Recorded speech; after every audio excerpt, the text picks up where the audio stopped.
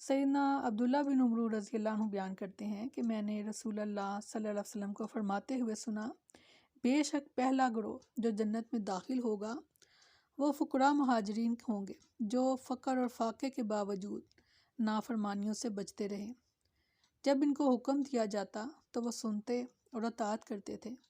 اگر ان میں سے کسی کو امیر کے ساتھ کوئی حاجت یا ضرورت ہوتی تو اس کی حاجت پوری نہ ہوتی، حتیٰ کہ اسے اس حال میں موت آ جاتی۔ بے شک اللہ تعالیٰ قیامت کے دن جنت کو بلائے گا، وہ اپنی تمام تر رنگینیوں کے ساتھ آئے گی، تو اللہ تعالیٰ فرمائیں گے، میرے وہ بندے کہاں ہیں جنہوں نے میرے راستے میں قتال کیا، میرے راستے میں ان کو تکالیف پہنچی اور انہوں نے جہاد کیا، جاؤ تم جنت میں داخل ہو جاؤ، اللہ ہمیں ان میں سے کرنا۔ وہ بغیر حساب اور عذاب کے جہنم میں داخل ہو جائیں گے۔ یہ صورتحال دیکھ کر فرشتے دربار الہی میں حاضر ہوں گے اور عرض کریں گے، اے ہے ہمارے رب، ہم دن رات تیری تسبیح کرتے رہے اور تیری پاکی بیان کرتے رہے، تو یہ کون لوگ ہیں جن کو تو نے ہمارے اوپر ترجیح دے دی؟ اللہ تعالیٰ فرمائے گا، یہ وہ لوگ ہیں جو میرے راستے میں لڑے اور تکلیفیں برداشت کی۔ بس فرشتے جنت کے ہر دروازے سے ان کے پاس حاضر ہوں گے اور کہیں گے، سورۃ رعد میں فرمایا، سلام ہو تم پر اس کے بدلے جو تم نے صبر کیا، سو اچھا ہے اس گھر کا انجام۔ عامر بن سعد رحمہ اللہ اپنے باپ سعد بن ابی وقاص رضی اللہ عنہ سے بیان کرتے ہیں، ایک آدمی آیا اور نبی اکرم صلی اللہ علیہ وسلم نماز پڑھا رہے تھے۔ صف کے قریب پہنچ کر اس نے کہا، اے اللہ، تو مجھے وہ افضل چیز عطا فرما جو تو اپنے نیک کار بندوں کو عطا کرتا ہے۔ بس جب نبی اکرم صلی اللہ علیہ وسلم نے نماز مکمل کی تو فرمایا، ابھی کون بات کر رہا تھا؟ اس آدمی نے کہا، میں یا رسول اللہ۔ آپ نے فرمایا، تب تیرے گھوڑے کی کونچیں کاٹ دی جائیں گی اور تو اللہ کے راستے میں شہید ہوگا۔ اللہ ہمیں بھی شہادت عطا فرمائے۔ لا یغرنک، ہرگز نہ دھوکے میں ڈالے آپ کو تقلب، پھرنا، اللہ زینا، ان لوگوں کا، کفروا، جنہوں نے کفر کیا، فی البلاد، شہر میں، یعنی آپ کو ان لوگوں کا شہروں میں چلنا پھرنا ہرگز دھوکے میں نہ ڈالے جنہوں نے کفر کیا۔ فرمایا کہ کافر اللہ کی یاد سے غافل ہو کر دنیا کے گوشے گوشے میں تجارتی سفروں میں جاتے ہیں تاکہ خوب دولت اکٹھی کریں۔ اللہ نے کہا، اس سے آپ کو اور مسلمانوں کو دھوکے میں نہیں پڑنا چاہیے، یہ تو عارضی فائدہ ہے جو آخرت کے اجر و ثواب کے مقابلے میں کوئی حیثیت نہیں رکھتا۔ سورۃ مومنون نے فرمایا، کیا وہ گمان کرتے ہیں کہ ہم مال اور بیٹوں میں سے جن چیزوں کے ساتھ ان کی مدد کر رہے ہیں ہم انہیں بھلائیاں دینے میں جلدی کر رہے ہیں، بلکہ وہ نہیں سمجھتے۔ سورۃ طٰہٰ میں فرمایا، اور اپنی آنکھیں ان چیزوں کی طرف ہرگز نہ اٹھائیں جو ہم نے ان کے مختلف قسم کے لوگوں کو دنیا کی زندگی کی زینت کے طور پر برتنے کے لیے دی ہیں، تاکہ ہم انہیں اس میں آزمائیں، اور آپ کے رب کا دیا ہوا سب سے اچھا اور سب سے زیادہ باقی رہنے والا ہے۔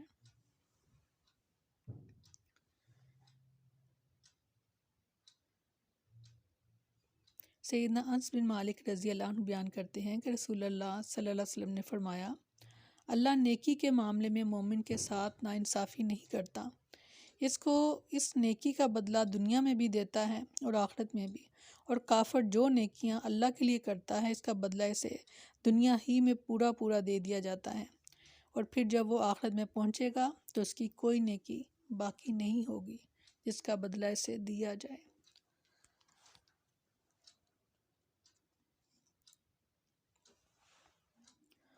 متاع، فائدہ ہے قلیل تھوڑا سا، ثم پھر مأواہم، ٹھکانہ ان کا جہنم، جہنم ہے،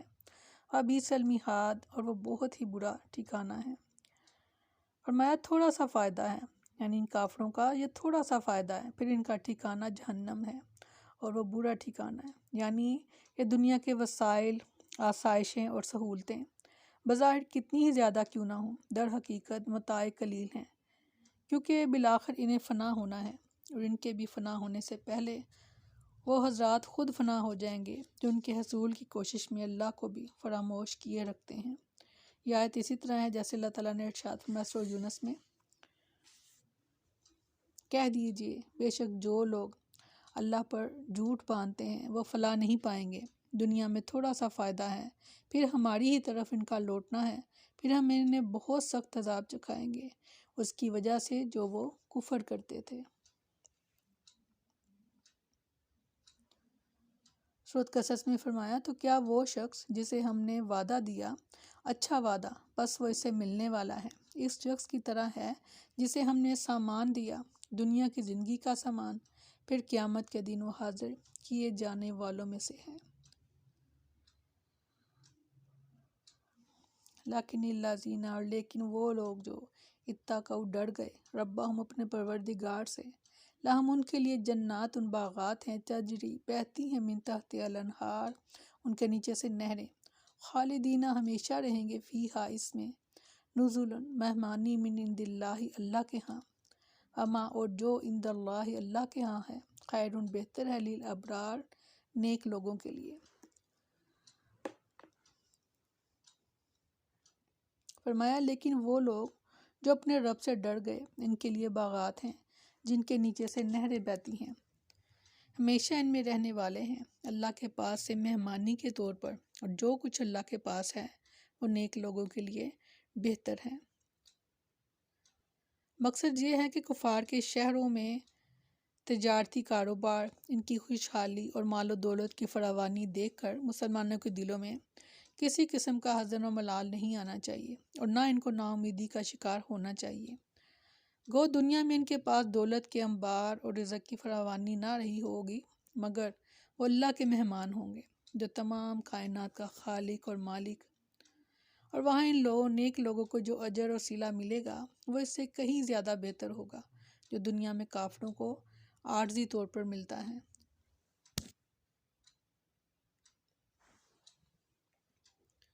سیدنا عمر بن خطاب رضی اللہ عنہ ایک لمبی حدیث میں بیان کرتے ہیں کہ پھر میں رسول اللہ صلی اللہ علیہ وسلم خدمت میں حاضر ہوا تو آپ بان کی ایک چٹائی پر لیٹے ہوئے تھے، آپ اور چٹائی کے درمیان بستر نہیں تھا، بان نے آپ کے پہلو پر نشان ڈال دیے تھے، آپ چمڑے کے ایک تکیے پر ٹیک لگائے ہوئے تھے جس میں چھال بڑھی ہوئی تھی۔ سو میں نے کہا اے اللہ کے رسول، آپ اللہ سے دعا کیجئے وہ آپ کی امت کو فراخی عطا فرمائے، بے شک روم اور فارس والوں کو فراخی دی گئی ہے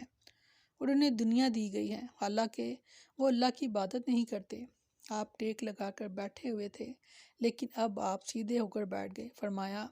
اے ابن خطاب، کیا تو بھی ان چیزوں میں رغبت رکھتا ہے؟ بے شک یہ تو وہ لوگ ہیں کہ ان کی بھلائی انہیں اسی دنیا کی زندگی میں جلدی دے دی گئی ہے۔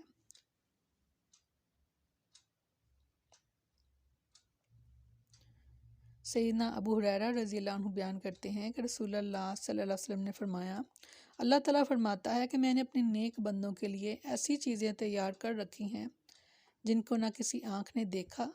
نہ کسی کان نے ان کا تذکرہ سنا اور نہ کسی آدمی کے دل میں ان کا خیال گزرا، اور وہ ایسی چیزیں ہیں کہ ان کے سامنے وہ چیزیں جن کی تمہیں خبر دی گئی ہے چندہ حیثیت نہیں رکھتی۔ بعد ازاں سیدنا ابو ہریرہ رضی اللہ عنہ نے فرمایا اگر تم چاہو تو یہ آیت پڑھ لو، سورۃ سجدہ کی، بس کوئی شخص نہیں جانتا کہ ان کے لیے آنکھوں کی ٹھنڈک میں سے کیا کچھ چھپا کر رکھا گیا ہے اس عمل کی جزا کے لیے جو وہ کیا کرتے تھے۔ معلوم یہ ہوا کہ اصل کامیابی آخرت کی کامیابی ہے اور وہ مسلمانوں کے لیے ہے، کافر اس دن جہنم کی طرف لے جائے جائیں گے۔ کسی بھی نیک عمل کے لیے سب سے پہلے ایمان، اس کے بعد نیک عمل، وہ قابل قبول ہوگا۔ اپنے ایمان کا جائزہ لیتے رہا کریں کیونکہ ایمان گھٹتا اور بڑھتا رہتا ہے، تو کوشش کیا کریں اپنے ایمان کو بڑھانے کی۔ اللہ تعالیٰ ہم سب کے لیے آسانیاں کریں۔ سبحانک اللہم و بحمدک نشہد ان لا الہ الا انت نستغفرک و نتوب الیک۔ سبحان ربک رب العزت عما یصفون وسلام علی المرسلین والحمد للہ رب العالمین۔ السلام علیکم ورحمۃ اللہ۔